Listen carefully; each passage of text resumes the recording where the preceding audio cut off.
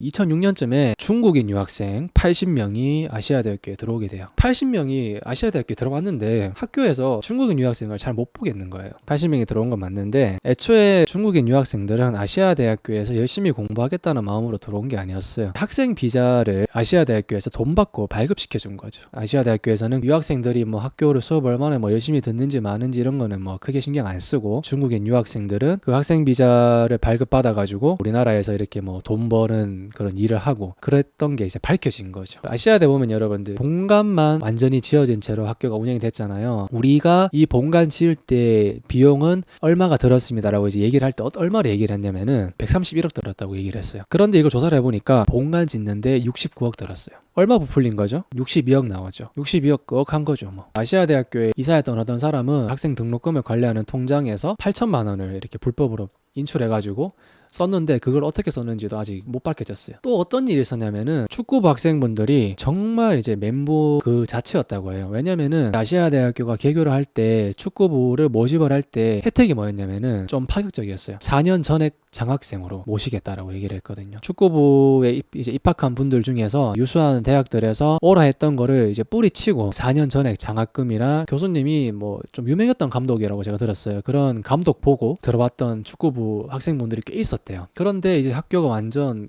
개판이 나버리니까 축구부는 돌아버리는 거죠. 우리는 이렇게 유수한 대학들의 러브콜도 뿌리치고 왔는데 우리는 지금 당장 어떻게 학교를 입학할 수도 없게 됐다. 그때 당시에 축구부 학생분들이 학교를 부시는 그런 에피소드가 있었다고 해요. 학교가 계속 파손되니까 학생분들이 수업을 못 하잖아요. 아시아대를 다니고 있는 학생분들의 소소한 바람이 뭐였냐면은 내가 이 학교를 어떻게든 2학년까지는 다녀가지고 편입을 해야겠다 라는 게 재학생분들의 소소한 바람이자 절실한 바람이었어요. 그런데 축구부에서 자꾸 학교를 부숴버리니까 강의실 부숴버리고 연구실 부숴버리고 학생들이 이제 수업을 못 듣는 거예요. 그래가지고 축구부 학생분들이랑 일반 이제 2학년 재학 중인 학생분들이 서로 이제 상호 협의를 하는 그런 에피소드도 있었다고 해요. 다른 건 부숴도 강의실, 연구동 이런 거는 부수지 맙시다 라고 합의를 봤다고 해요. 좀 신기하지 않아요? 그런 사건이 일어나면은 학교 측에서 이거를 중재해주고 해야 되는데 학생들끼리 이거를 중재해가지고 합의를 본다는 게 그냥 넘어가면 아 그런 사건이 있었구나 라고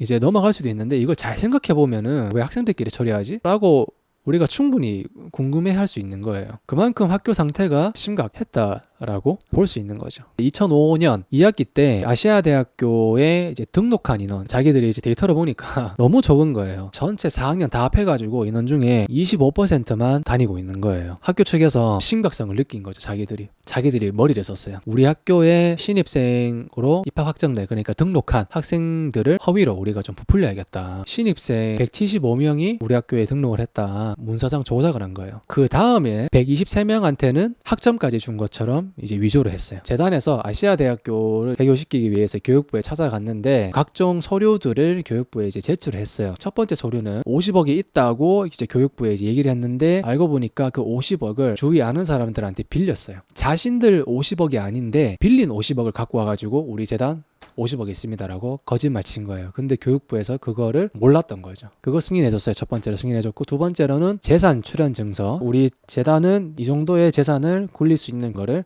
뭐 보여주는 그런 느낌의 서류인 것 같아요. 이거에 대해서는 재단 측에서 한 120억 정도 있다고 교육부 얘기를 했어요. 그런데 이게 싹 다 거짓말이었던 거죠. 완전 조작된 거였어요. 그 돈이 없어요. 아시아대학교는 영원에서 시작했거나 빚지고 대학을 설립했다라고 봐도 전혀 이상하지 않은 거예요. 그때 당시에 교육부에 제출했던 50억 서류 제출하고 나서 이틀 뒤에 재단 계좌에 넣어놨던 50억이 싹 다 빼갔다는 게 조사 결과 드러났어요. 그러면 학교를 어떻게 운영했느냐? 거짓말 쳐서 승인은 받았다 쳐도 학교가 운영하려면 돈이 있어야잖아요.